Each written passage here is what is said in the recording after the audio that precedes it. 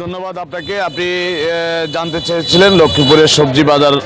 দর পরিস্থিতি নিয়ে। আমি এই মুহূর্তে রয়েছি লক্ষ্মীপুর সদরের পিয়ারাপুর বাজারে। এখানে এটি লক্ষ্মীপুর জেলার সবচাইতে বড় যে কাঁচা বাজার, সে কাঁচা বাজারে এখানে প্রতিনিয়ত আসলে সরাসরি কৃষকরা এসে তাদের যে উৎপাদিত পণ্য সেই পণ্য বিক্রি করেন।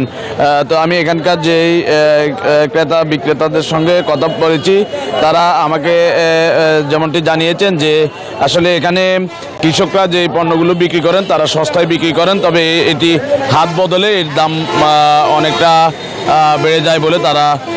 জানিয়েছেন। আমি একটু আপনাকে এখানকার যেই পণ্যগুলো সরবরাহ রয়েছে একটু দাম সম্পর্কে যদি একটু জানাই, যে এখানে লাউ বিক্রি করা হচ্ছে 20 থেকে 50 টাকা এবং চিচিঙ্গা বিক্রি হচ্ছে 15 থেকে 20 টাকা, শসা বিক্রি হচ্ছে 30 টাকা, তরি বিক্রি হচ্ছে 10 টাকা এবং ফুলকপি 50 থেকে 80 টাকা, বাঁধাকপি 40 থেকে 60 টাকা, টমেটো বিক্রি হচ্ছে 100 টাকায়, মূলা 25 টাকা এবং করলা 20 টাকা কেজি দরে বিক্রি হচ্ছে, মিষ্টি কুমড়া বিক্রি হচ্ছে 15 থেকে 20 টাকা এবং সিম 60 টাকা, মরিচ বিক্রি হচ্ছে 80 টাকা দরে। তো এখানকার যে কৃষকরা আমাকে জানিয়েছেন যে তারা আসলে ন্যায্য মূল্য বঞ্চিত হচ্ছেন।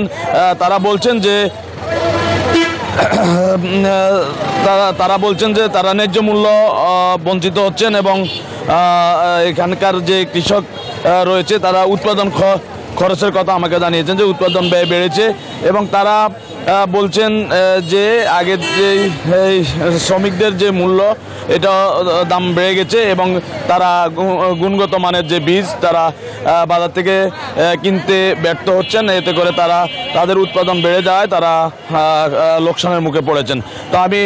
আমি কথা বলেছি এখানকার যে জেলা কৃষি সম্প্রসারণ অধিদপ্তরের কর্মকর্তা রয়েছে, তিনি আমাকে যেমনটি জানিয়েছেন যে কৃষকরা যেন প্রতারিত না হয়, মাঠ পর্যায়ে কৃষি কর্মকর্তাদের সঙ্গে